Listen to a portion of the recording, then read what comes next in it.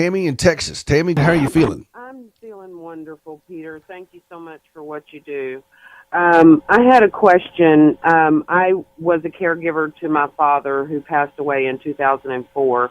So I'm on the spectrum, on the end of being a caregiver and knowing what that entails. However, I'm in a situation where I have a sister-in-law who is the primary caregiver of my mother-in-law. And she lives with her. She does everything for her. She's legal. My mother-in-law is legally blind and has some other health issues. My issue comes in with we want to help her. We want to. Like I said, I've been on the end of being a caregiver, so I try to reach out and offer help in ways that I thought I needed help or I wished my siblings would have stepped up. But she doesn't allow us to help in any way. And if we do things like if she leaves and we know my mother-in-law is there at the house, because she can be left unassisted. She's, she can pretty much take care of herself to a point.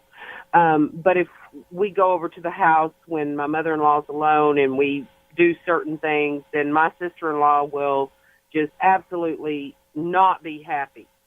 And we hear about it for days. That we shouldn't have done this, we should have done it that way, blah, blah, blah, blah, blah. So again, I try to empathize with my husband or with my sister-in-law on my husband's behalf because he's frustrated. He wants to help. My brother-in-law and sister-in-law also want to help. But anytime any of us try to do anything, my sister-in-law, it is not up to her standards, her liking, or her way of things. And I try to explain this to my husband. She knows your mother better. She knows her daily routine. I try to work both ends of it.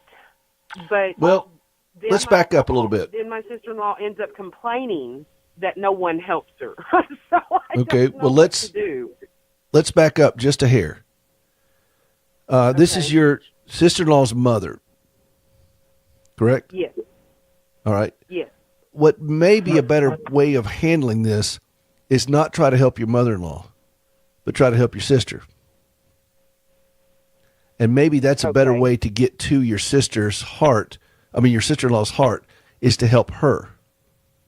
And so you're saying, look, I know you're taking care of your mother-in-law. Is there something we could pick up for you at the grocery store? Is there something we could do at your house to help you? Is there something we can help you on the periphery? And you start helping in other areas other than trying to directly address your husband's mother. She obviously feels like she has a handle on that, and she's going to lock it down. You can't hold somebody down and just help the heck out of them. You've got to back off and respect those boundaries. However foolish sometimes those boundaries are, they're still her boundaries. And if she's going to complain, you got to be your husband. I think it need to come probably from your husband more than you, because you don't want your husband to have to be defending his sister and his wife. That's a no-win situation. Let me just go ahead and go out there right now.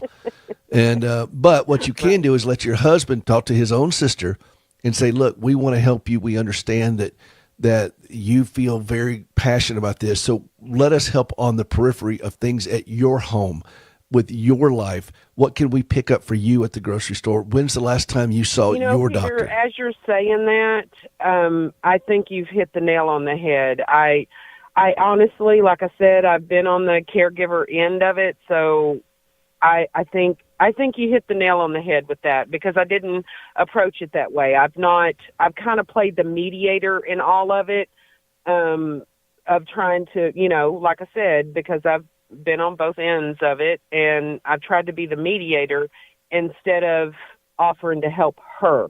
We've been trying to help my mother-in-law. So I think that's an excellent idea. I appreciate that. Well, I do the best I can with what I got, Tammy.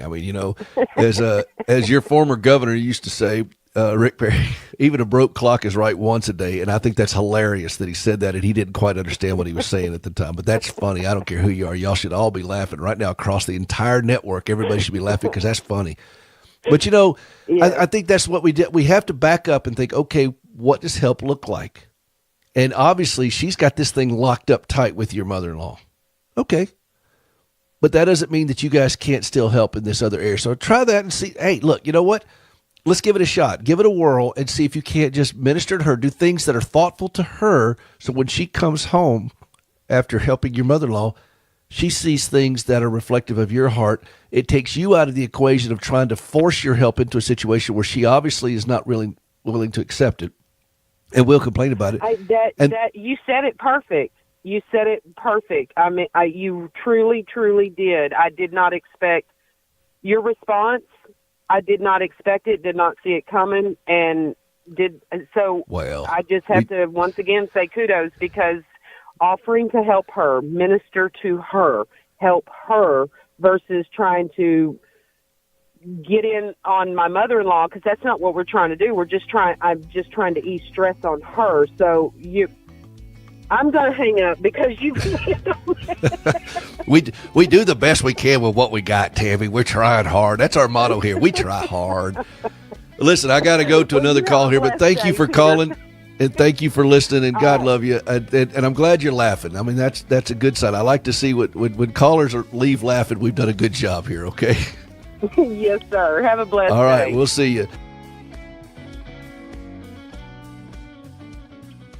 Have you ever struggled to trust God when lousy things happen to you? I'm Gracie Rosenberger, and in 1983, I experienced a horrific car accident leading to 80 surgeries and both legs amputated. I questioned why God allowed something so brutal to happen to me, but over time, my questions changed, and I discovered courage to trust God. That understanding, along with an appreciation for quality prosthetic limbs, led me to establish Standing with Hope. For more than a dozen years, we've been working with the government of Ghana and West Africa, equipping and training local workers to build and maintain quality prosthetic limbs for their own people. On a regular basis, we purchase and ship equipment and supplies, and with the help of inmates in a Tennessee prison, we also recycle parts from donated limbs. All of this is to point others to Christ, the source of my hope and strength. Please visit standingwithhope.com to learn more and participate in lifting others up. That's standingwithhope.com. I'm Gracie, and I am Standing with Hope.